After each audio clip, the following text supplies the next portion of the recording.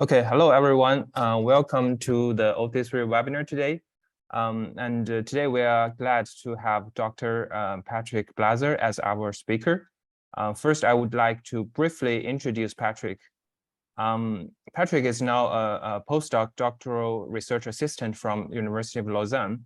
He got his bachelor, master, and PhD degrees all from Heidelberg. And he did a postdoc in the Institute of Earth Sciences at Heidelberg University and then moved to Switzerland last year. To quote an introduction from Patrick himself, he comes from a physics education with interest in chemistry and works in paleoclimatology and marine isotope geochemistry. Today, he will talk about his recent findings on Atlantic water mass sourcing during the last glacial maximum and Heinrich Stadial 1. I believe using multiple proxies, including neodymium isotopes. Okay, with that, let's welcome Patrick again. Patrick, please start your talk. Thank you. Well, thank you for the introduction and, of course, also for the invitation. I'll share my slides. Okay. Yes, I'm grateful to hold. Oops. To have this talk today, since you're, of course, the target group, the group of specialists on this topic.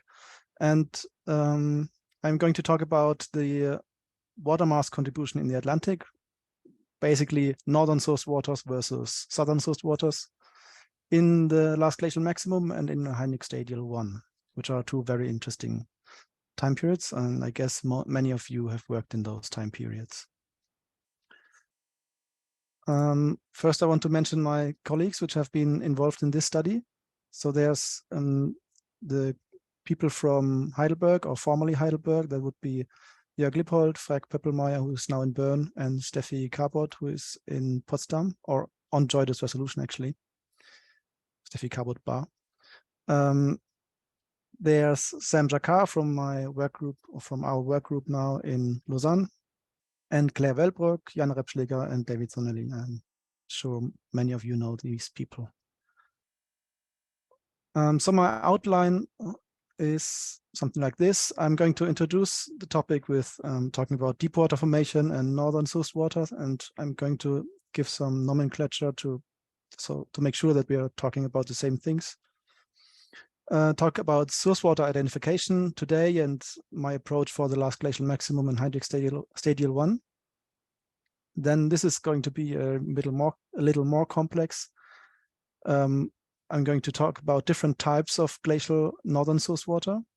And finally, the most important part, the contribution of northern source water in the LGM and Heinrich Stadial 1, and then some conclusions. And if there's a little time left, I want to introduce my next project because I want it to be collaborative, and yeah, you'll see.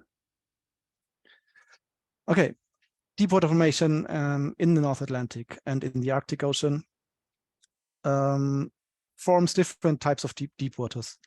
So there is a North Atlantic intermediate water formed in the subpolar North Atlantic. Today that's known as Labrador seawater, but I want to stick to North Atlantic intermediate water to make it more general and to use this term across time slices. In the Arctic Mediterranean, there's also deep water formation. These waters are actually very dense, and I call them here Arctic Mediterranean water. And the Arctic Mediterranean waters, they overflow across the Greenland Scotland Ridge into the North Atlantic, and they entrain North Atlantic intermediate water, and their combination is what I will call North Atlantic deep water. So traditionally, you might call both of these North Atlantic deep water. That would be upper and lower, but I call them North Atlantic intermediate water and deep water, and together they are northern sourced waters for me, just to make this clear. Okay, those northern sourced waters are actually rather rich in oxygen, for example, and they are very relevant for global ocean circulation. Mainly northern source water and Antarctic bottom water today ventilate the deep ocean and bring oxygen to the deep ocean and flush out carbon, or the reverse process of upwelling will flush out carbon from the deep ocean, but they are the Antarctic bottom water and northern source water. They connect the deep ocean to the atmosphere, which we can see here in the oxygen concentration in the Atlantic, which is rather high. That's at 3,500 meters depth. And we can here already infer the flow path of northern source water. It upwells in the South Atlantic. Part of it is flows northward again, and part of it is incorporated into Antarctic bottom water, and another part joins the ACC and is distributed all over the global oceans. Now let's have a look at this section here. That's the geosex section, and we can see this as oxygen concentrations. My whole talk will, almost everything from my talk will consider only water depth greater than 2 kilometers depth. So that's what this would look like in the Atlantic. We can see the northern source water flowing southward. Sorry, there's a fly flying around here. Now, from seawater parameters like temperature, salinity, nutrients, and oxygen concentration, we can today calculate the fractions of different water masses in a seawater measurement or in a seawater parcel. One approach is the optimized multi-parameter analysis. I think that's probably the best approach today. And if that is applied to the Atlantic, we get something like this. Here I show northern source water in percent contribution. So this would be 90% northern source water. This fly is still harassing me. And the white line here is a 50% northern source water contribution along the geosix transect in the West Atlantic here. So this would be basically Antarctic bottom water. To look at those other two water masses, northern source water masses, this is North Atlantic intermediate water. Since we're only considering depths above, below 2 kilometers here, there aren't the really high concentrations here. Most of this in the north above 2 kilometers would be North Atlantic intermediate water. And but just to make clear, there is still a considerable fraction of North Atlantic intermediate water also at greater depths. So this would be something like 30% maybe. Or at least it's identified as North Atlantic intermediate water with this approach. And this would be North Atlantic deep water, which is, well, in the deeper North Atlantic. So this is was calculated with the OMP approach. For my study, I am using a different approach, which is I'm using the R software and a specific package for the R software that was written by Andrew Parnell. That's called simmr, Stable Isotope Mixing Model in R. And it's a Bayesian forward stable isotope mixing model with quasi-random sampling. So it's Bayesian. That means it calculates potential here source water contributions as probability density functions. It considers, for example, the uncertainty in the source water signatures. In this case, it does not consider uncertainty in the measured proxies. But since we aggregate across different sites for the Atlantic, that doesn't matter that much. So if I just to show the principle and that it principally works, if I calculate the same fractions which we've just seen in a transect with the simmr method compared to the OMP method, I get a pretty good correlation for northern source water for bulk northern source water. The correlation is a little worse if we want to distinguish the different northern source water masses, i.e. North Atlantic deep water and North Atlantic intermediate water. So this is North Atlantic deep water. The overall correlation is good, but there's certainly much more scatter here. And the same goes for North Atlantic intermediate water. Here the correlation is also much worse. So the identification or the disentangling these northern source water is a little harder for this model, but northern source water versus southern source water, this distinguishing those from each other, that works rather well. So, but for the LGM and Heinrich Stadial 1, we want to use proxies which we can actually measure from sediments. because we don't have seawater from those times. And here I use a suite of 5 different proxies. I think these are the most of the usually used ones for water mass distribution. So that's stable carbon isotopes and oxygen isotopes. The carbonate ion concentration, that's basically reconstructed with boron in foraminifer calcite, boron concentrations. The carbon the C14 radiocarbon concentration, and here I use the benthic to atmospheric H difference, and then epsilon neodymium. That's the radiogenic isotope composition of neodymium in seawater. And how it works is I use those proxies. I define those proxy signatures for different source water masses, and I use the measurements in which the reconstructions which are published in order to calculate different source water contributions. And what I get is these probability density functions. Here, as a rather arbitrary example, we have a lot of North Atlantic intermediate water, some North Atlantic deep water, and a rather strong contribution of Antarctic bottom water. And you can also see that this distribution tends to the left and this to the right, and that's because these two source waters are can be interchanged to some degree in this model, meaning for results where you have less of North Atlantic intermediate water, you have more North Atlantic deep water. But Antarctic bottom water here is rather sharp, so that's because it's can be better distinguished from the others. And for seawater, for the modern situation, these proxy distributions look something like this.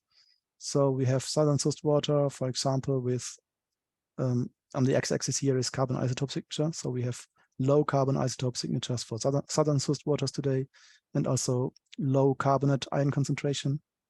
And the northern source waters, they are both at the same point here, have high concentrations in carbonate isotopes, in carbonate ions, and they have high carbonate isotope signature, carbon isotope signatures.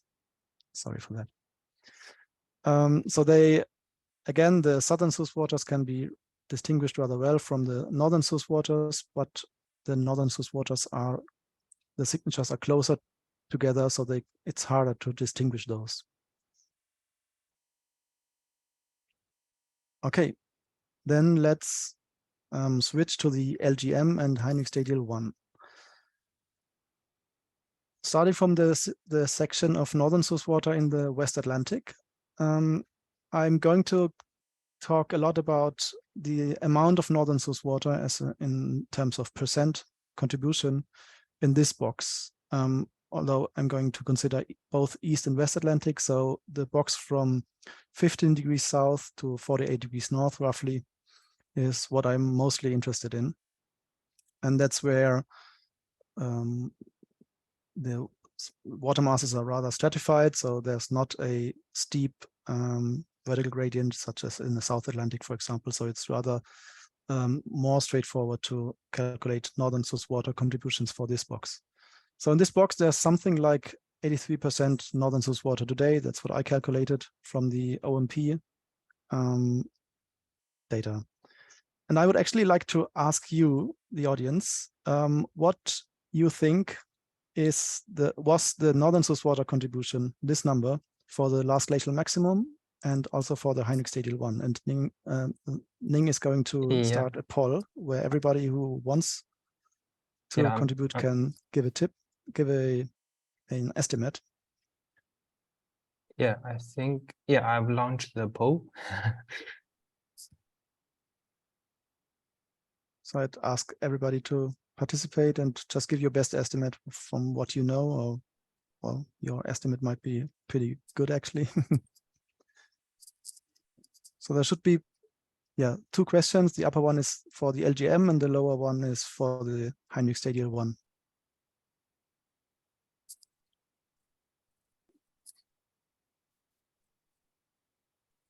Let's give you 30 seconds more, and then I hope most have answered the poll.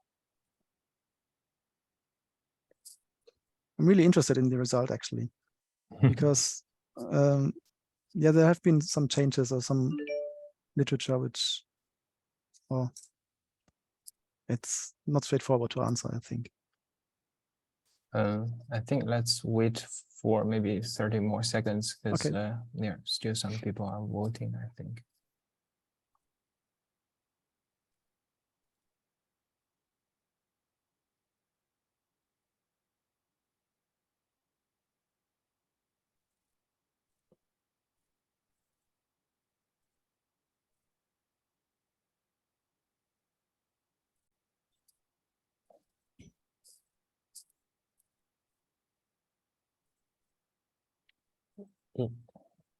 Yeah, there are more votes because I think still there are some people who haven't voted, but maybe 10 seconds to count down. Okay, I will. Okay, I will close the poll now.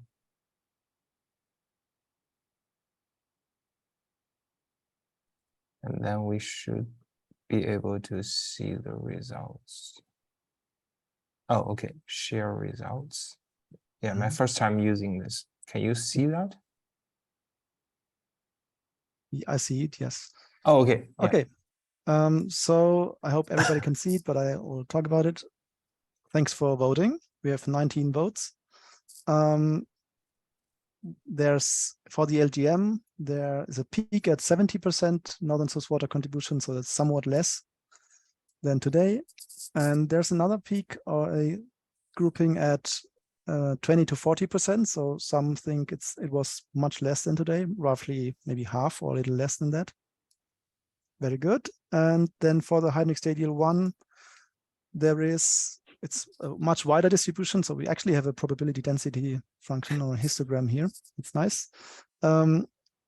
I think a peak here at 50 to 60%, but really between 20 and 90% is the overall distribution. So thank you very much for sharing. And okay, I'll go on and stop sharing. Yeah. Okay. Yeah, please continue. Yeah. Okay, we'll go on and compare these numbers to the one I reconstructed. Okay, now just a very brief introduction to the LGM and Heinrich Stadial 1. I didn't want to talk about this before, just not to bias you. So I take the LGM as between 19 to 23 kilo years before today.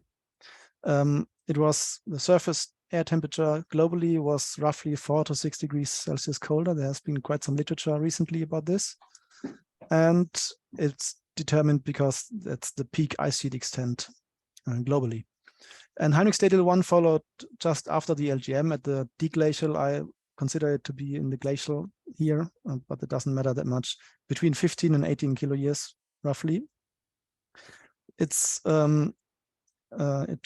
correlates to a northern hemisphere cooling and also drying, ice sheet instabilities, and iceberg rafting, which the icebergs, they contained ice rafted debris, which was deposited in the North Atlantic. And there was also meltwater added to the North Atlantic surface. So there was a stratification of North Atlantic surface ocean and also in the Arctic. It's also linked to Antarctic warming and potentially an AMOC reduction or even collapse. Different studies have different results, of course. Okay, and this is the database I'm using for my approach. It's only a compilation of different compilations, mainly with some individual additions. These 3 ones are most important, I think. And the second one here from Rebschläger is the OC3 stable isotope database. These are the amount of data and sites included. So we have 160 to 200 sites per time slice. Stable isotopes are most abundant, especially carbon isotopes, and the other tracers are less abundant. And the domain we just considered for our estimates is this one. So I separated the Atlantic into different boxes, the northwest, northeast, and equatorial west and equatorial east Atlantic. And in this approach, I sliced these boxes into 500-meter thick vertical boxes. And of course, everybody who has worked with proxies knows they are only proxies. They are not the actual measurements in seawater, and therefore they are related to geochemical processes, and these processes can affect the proxies we are measuring. I just wrote down some of those geochemical processes, some stuff like gas exchange at the ocean surface can affect a number of proxies. The photosynthesis and remineralization are important for C13 and also for carbonate ion concentration. Temperature is important for delta O18 as it is preserved in benthic foraminifera shells. And for neodymium, for example, the concentration of neodymium in a certain water mass is important. And changing continental weathering affects the source water epsilon neodymium signatures, but more importantly, I think seafloor weathering or a benthic flux of neodymium can affect the neodymium isotope signature of a bottom water mass on its way while it is transported across the Atlantic or across the oceans. So in my model, I did not consider all of those processes. Most importantly, I considered, well, the most important ones are those that take place in the deep ocean, because I'm not considering the actual effects that take place at the surface ocean.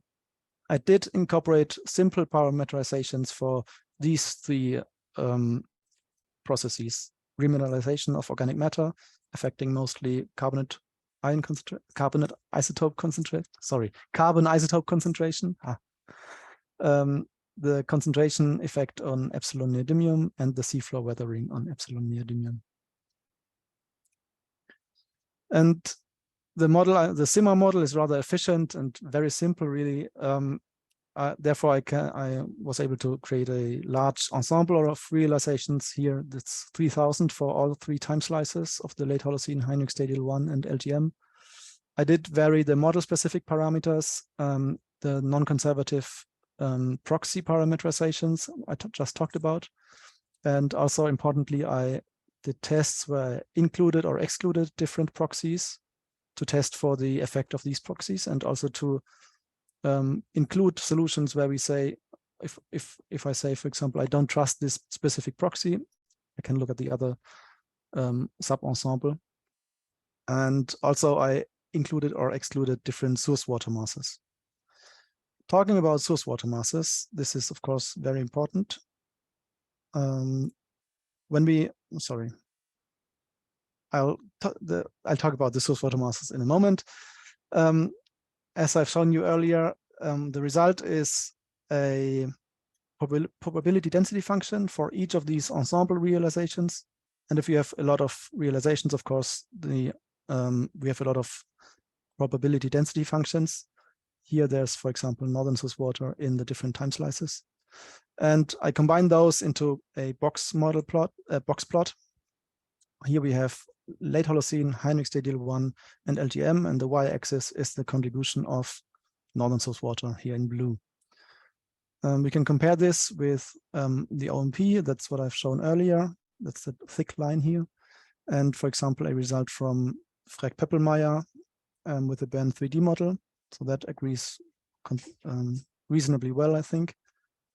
And for the last glacial maximum, for example, we have another set of other studies who've reconstructed similar things. So there's the Oppo et al. 2018 study, which had a somewhat higher northern source water contribution than I reconstructed. And the Bern 3D model, again from Freg-Peppelmeier, that this paper is actually in review right now, well, around 50%. So coming back to your numbers, those studies reconstructed something like 50%. Several people from the audience suggested it was more than that. And there was this other peak, I think, in the LGM, which was around here at 50%. So good guess, I think. And for the Heinrich Stadial 1, the distribution from the pole was wider. And actually that agrees with this one, with my reconstructions. So there's here it was less than in the LGM, or well, the median was less. And overall, it's not really distinguishable from the LGM, but it's also got a huge error here. But these reconstructions were done with only North Atlantic intermediate water and southern source water. That it is assumed often that in the last glacial maximum and also the Heinrich Stadial 1, northern source water was restricted to North Atlantic intermediate water. And that's where we have to talk about the glacial source water masses. For this, I will show you stable isotope data from these sites in the North Atlantic and the Arctic Mediterranean. They cover basically, well, the regions where today there is North Atlantic intermediate water and North Atlantic deep water, and also Arctic Mediterranean water. And today, all of these sites are bathed almost completely by northern source water. And for some of these sites, I argue it's very unrealistic that southern source water played any role, even in the last glacial maximum or Heinrich Stadial 1. For example, that counts for the Arctic Mediterranean sites. But I think also for the rather shallow or intermediate depth, very northern sites here south of Iceland. And actually also for these sites in the southern Labrador Sea, at least if we trust published epsilon neodymium data, which suggests there was no southern source water in the last glacial maximum or Heinrich Stadial 1 at these sites. Now the data from these sites look like this, and I'll guide you through because it's rather complex, I know.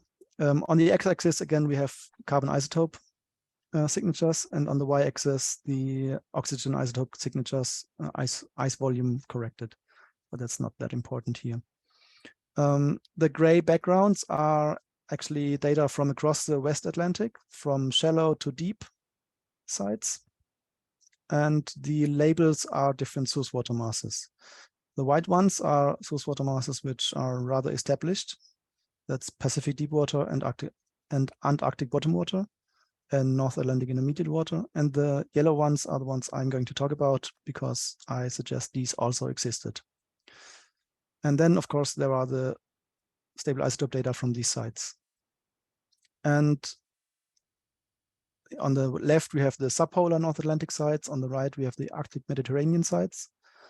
We can see, for example, in the Arctic Mediterranean, we have something like a triangle of stable isotope data. That's North Atlantic intermediate water, which is also present in the last glacial maximum subpolar North Atlantic. And then there's this water mass or this data that spread to this lower isotope signatures. And you can see that most of these have a white border. That means they are from Heinrich Stadial 1, and the others are from last glacial maximum. So in particular, in Heinrich Stadial 1, there was a data trend towards this point here, also in the subpolar North Atlantic at intermediate depth. And this has been observed before, of course. These are compiled data. These are not new. And it has been suggested that this water here with low isotope signatures was related to brine, deep water formation with the addition of brines, of dense, very salty brines. And these brines supposedly came from sea ice formation and the rejection of sea salt that goes with it. So I suggest this would be a, and that agrees with a lot of literature, this should be a brine-related North Atlantic intermediate water. But then there's something else here, especially in the Arctic Mediterranean and in the Labrador Sea. And that counts for the intermediate depth, or sorry, Erminger Sea actually, and the deep Labrador Sea. And these data trend towards lower stable carbon isotopes. And then in particular in the Heinrich Stadial 1, also to lower oxygen isotope signatures. I suggest to these 2 points here. And I, as general as possible, I call this Arctic Mediterranean water. That's because it's also observed in the Arctic Mediterranean. And then I suggest this would be a brine-related Arctic Mediterranean water, because the trend between those 2 source waters is similar as the trend between the North Atlantic intermediate water and its brine related North Atlantic intermediate water. Sorry for my language. Okay, so I suggest these 4 source water masses or source water mass modes contributed to glacial northern source water during both the LGM and the Heinrich Stadial 1. And then there are also these southern source waters which also contributed to the Atlantic source, water mass sourcing. So these are the source water signatures I'm using. And from the data compilation, I try to estimate what the other proxy signatures for these water masses would be. And I came to the conclusion that it could have looked something like this. So this is basically the same plot as we just saw, oxygen isotopes and carbon isotopes. And then these are the plots for the other proxies. Again, carbon isotopes on the x-axis for all plots. So for example, the Arctic Mediterranean water has also a low C14, a low rated carbon age, but both brine-related source waters might have had a considerably older radiocarbon age, although I estimated a large uncertainty here because it's really hard to estimate the exact values. And epsilon neodymium, for example, did not change significantly between those two types of the same source water. Using all those source water signature estimates, I could finally put them into the simmr model and calculate the whole ensemble. So let's get back to the figure we just saw. I just painted these same boxes a little thinner because I'm going to add more boxes. As I just said, these are calculated with only North Atlantic intermediate water as northern source water, which is basically agrees with literature. Considering these other northern source waters, we get this result. So in the late Holocene, it doesn't change because those didn't exist in the late Holocene. But in both the Heinrich Stadial 1 and LGM, we get much more northern source water contribution to the glacial Atlantic Ocean. And this is, well, the distributions are rather wide, but in average, it's a little less than today, something like 10% less than today. So actually, a lot of you had similar results from the poll. There was, I think, a peak at 70%, and that would agree with what I reconstructed here. So actually, I think the poll did reflect these two results here. That's nice. And then we can also look at the sub northern source water types. So this would be North Atlantic intermediate water and Arctic Mediterranean water. And as in the earlier results I showed, they are harder to distinguish for the model. And well, I'd say they contributed similarly. In a newer result I've got, we could think that Arctic Mediterranean water was a little less than today, or less than North Atlantic intermediate water, but it's really not that clear. And the brine-related waters, both brine-related North Atlantic intermediate water and brine-related Arctic Mediterranean water combined, in the Heinrich Stadial 1, they contribute something like 30 or a little more, 35%. And in the LGM, they are also present, but the lower contributions of something like 20% in the middle, in the mean. So essentially, I suggest that these northern source waters, these 4 different northern source water types existed, and if we include them in models here in a very basic model, so of course more elaborate models would get better results, I think, but in this very basic model, the inclusion of those water masses eliminates the difference in source water contribution from LGM to Heinrich Stadial 1, and it diminishes the difference to the late Holocene to only something like 10%, although there's a large range of possibilities here. And this range of possibilities depends on the different, depends largely on the exact geochemical parameters that are included. So, for example, how strong was remineralization of organic matter in the deep Atlantic in the last glacial maximum and Heinrich Stadial 1? How much benthic flux of neodymium affected the water masses and so on, which is very hard to find out. Therefore, I included a wide range of these realizations in this model ensemble. And now we are actually at the end of the main part. So the summary or the conclusions would be, in general, the North Atlantic, the northern Sus waters in the last glacial, I suggest, was composed similar to today, with both North Atlantic intermediate water and North Atlantic deep water existing. The model ensemble suggests a moderate reduction of northern Sus water in the deep Atlantic. The fact that brine-related, or at least supposedly brine-related deep waters existed, suggests, and these had a very different signatures, isotopic or proxy signatures, than the non-brine-related, the normal northern Sus waters, if you like. That fact suggests that surface water exchange, air-sea gas exchange, and others had a large effect on the proxy signatures we observe.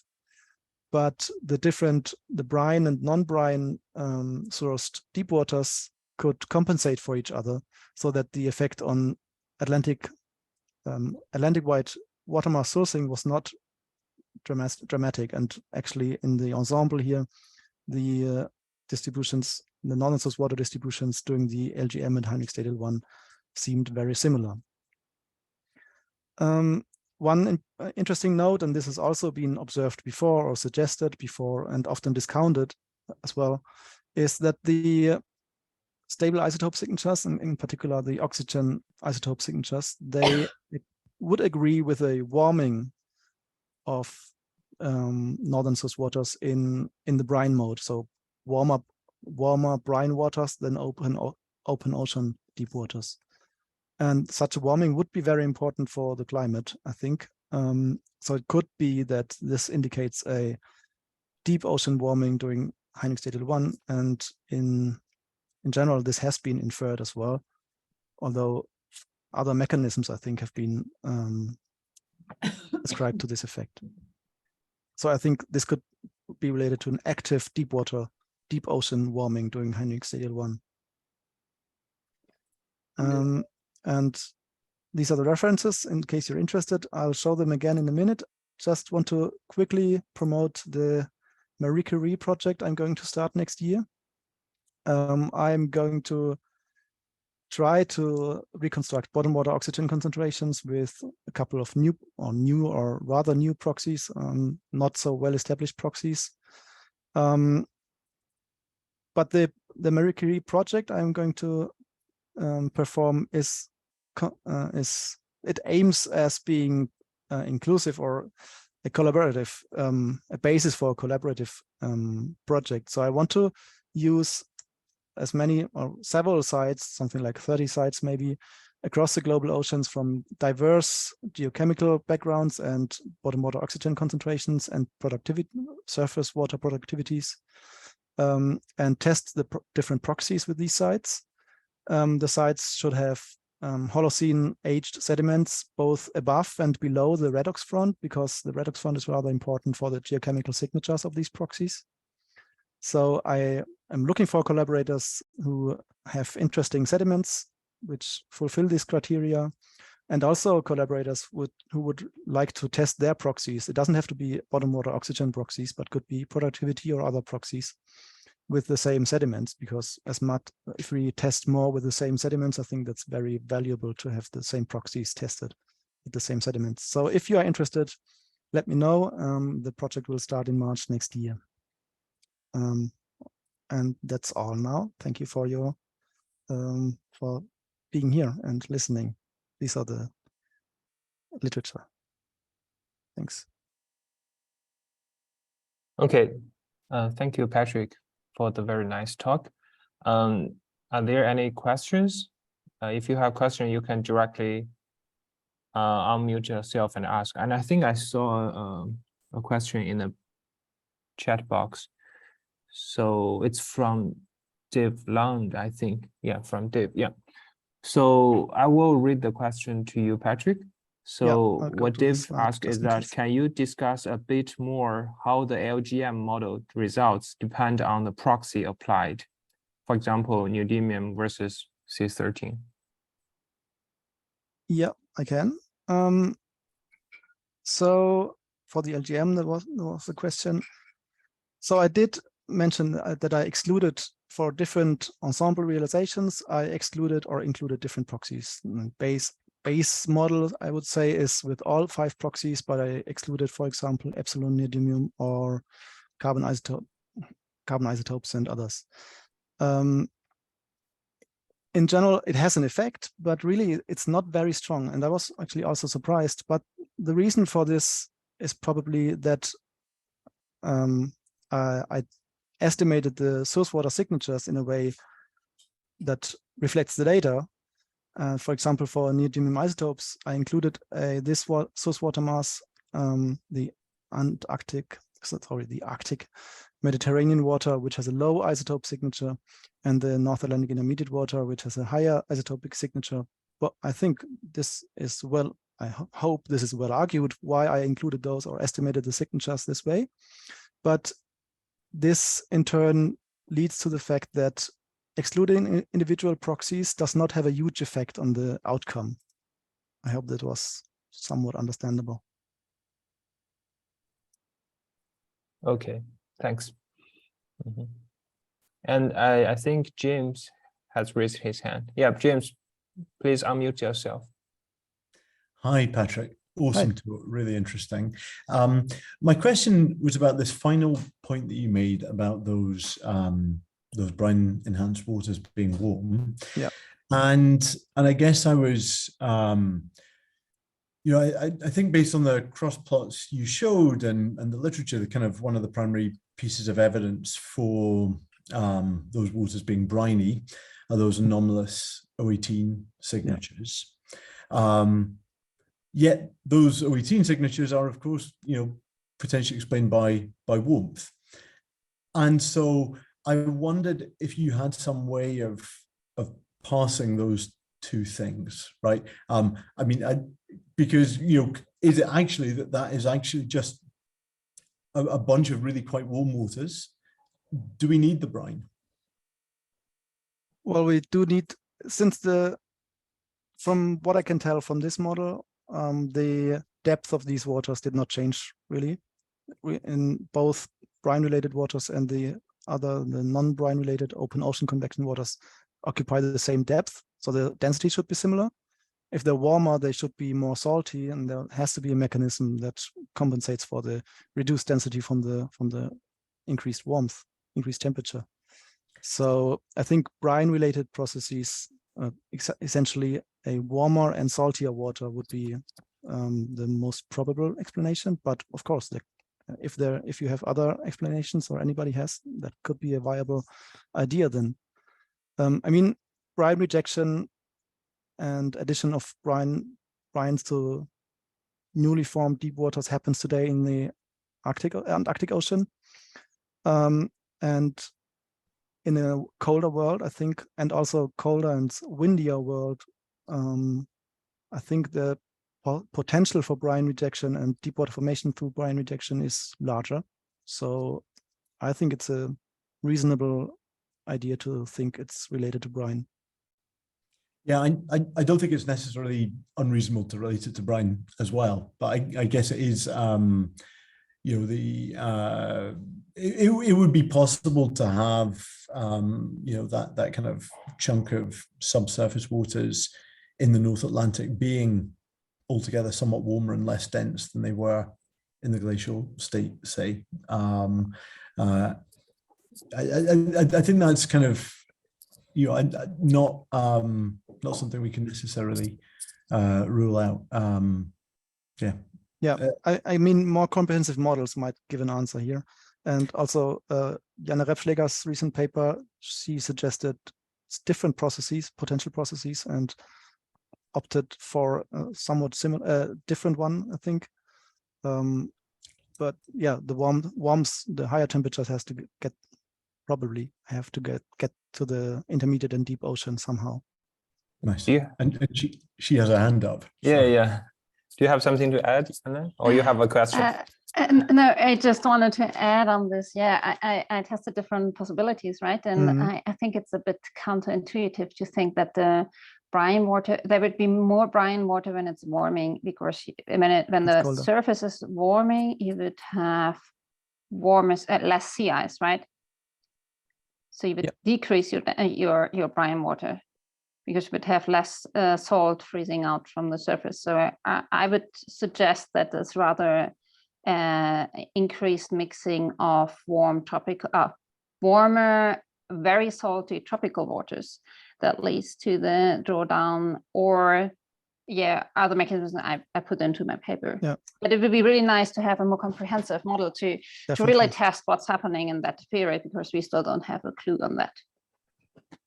Yeah, I suggest Jan's paper as a read for this. And also there's a really good paper from Thomas Hayne about polar overturning from 2021, which I suggest is a good read. It's a little complex maybe, but it's very interesting because it uses a model which is rather simple and good to understand, easy to understand, and has a right complexity for paleo use, or for our understanding, I think.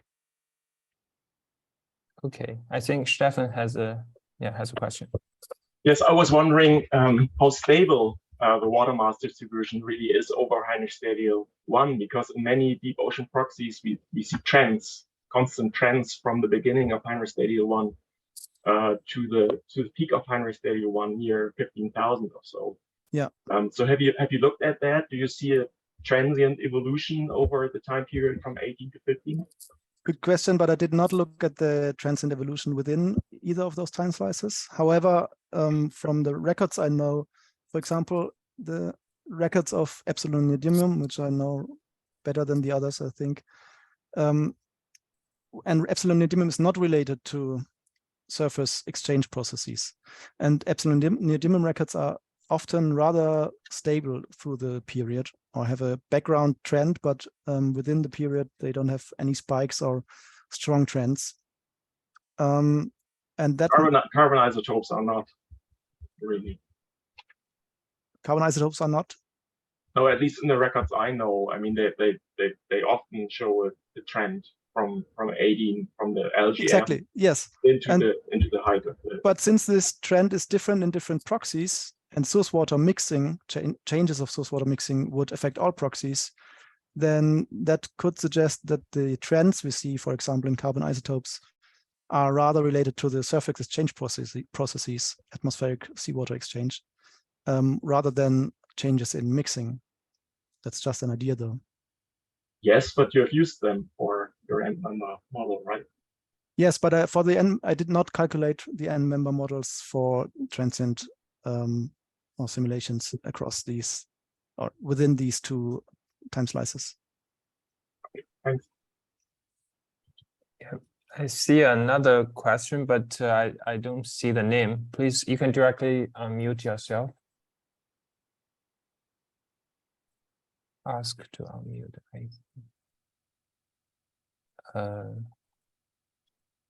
Hello. Hi. Can you? Sorry, yeah. Oh, here's the video. Oh, Michael. Yeah. Hi, Michael. Hello. I see a problem with the bottom water ages listed in panel C just now. Yeah. Yeah. And much of the argumentation, much of the reasoning relies, okay, yeah, the brine water related ages of Mediterranean Arctic water is near 2,500 and so on, and we find the same water ages to the south of Iceland, various places. But if we go right to the north of Iceland, at the famous Antjafölker site, we have a not numerous, but a number of values which indicate that the bottom water ages at about 800, 700, 800 meters water that were not that high. They were about 1300 to 1500 years, much younger. So here we get quite a different source of ages, and you can't mix these ages. They are definitely apart. So here you need to find a different source. Yeah, two things. First, the open ocean convected and Arctic Mediterranean water, I assigned to that one a young age. So that could be the one responsible for the ages at PS 2644, north of Denmark Strait. And it's true. So there are some. Sorry. Yeah, we also have these ages, but prior to the younger dryas. Prior to the Heinrich Stadial. Prior to Heinrich 1, prior to Heinrich 1, but later on, we because of the high age resolution, we have a series of ages here near about 1200, 1500 years, which is a different, which reminds me of a different source. Yeah, so I'm, as indicated here, these are rather uncertain, the higher ages of the brine-related waters, and they could be considerably lower. These are just estimates, first estimates, I would say, and it's rather difficult to estimate those for, especially for the brine-related and especially for the Arctic Mediterranean water, because it's usually mixed with other water masses, for example, with North Atlantic intermediate water and or Southern source water. That's why one reason why in the model ensemble, I included solutions which excluded certain proxies.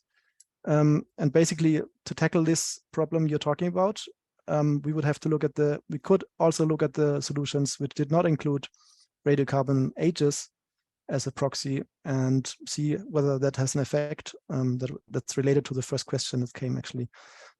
But as I mentioned, there are these effects of excluding certain proxies are not very large. Maybe from my mind, I would say something like 10% in average, reducing or increasing the northern source water contribution. So there are huge uncertainties remaining, but my main conclusion is if these source water masses existed, as I suggest, and the proxy signatures were somewhat what I would suggest, that would probably lead to much higher northern source water contributions in the LGM and Heinrich Stadial 1 than usually assumed. May I just add that at the varying plateau, we indeed find at Heinrich 1 these high ages and have fairly good evidence that here the brine water process was active during Heinrich 1. So we see within the Nordic seas two different populations of ages. Yeah. Of bottom water ages.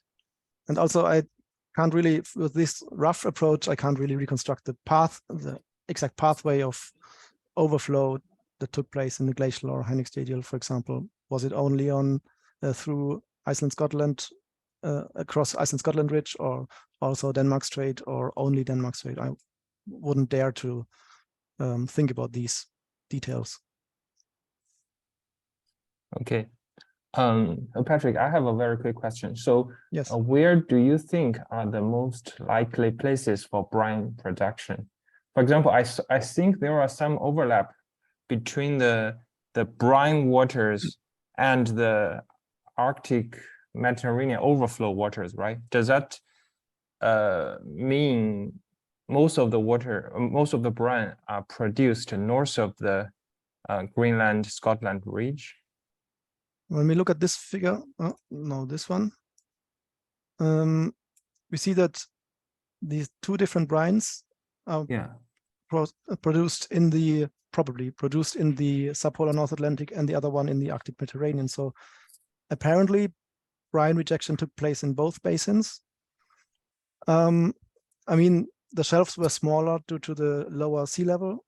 So there's less space for brine rejection, but it could still, I think the uncertainties are large enough that we can't rule out brine rejection anywhere along the Nordic Seas shelves, for example, or also on the Greenland shelf, or possibly somewhere northern Labrador Sea.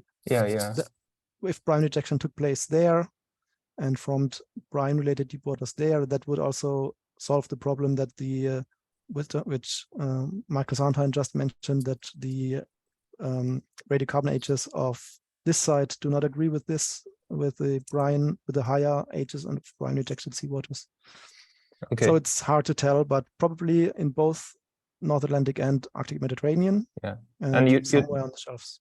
You don't have a quantitative estimation between the two, right? Or you do have? Well, I do have quantitative estimates for the contribution of those two water masses in the Atlantic. I just combined them for simplicity here.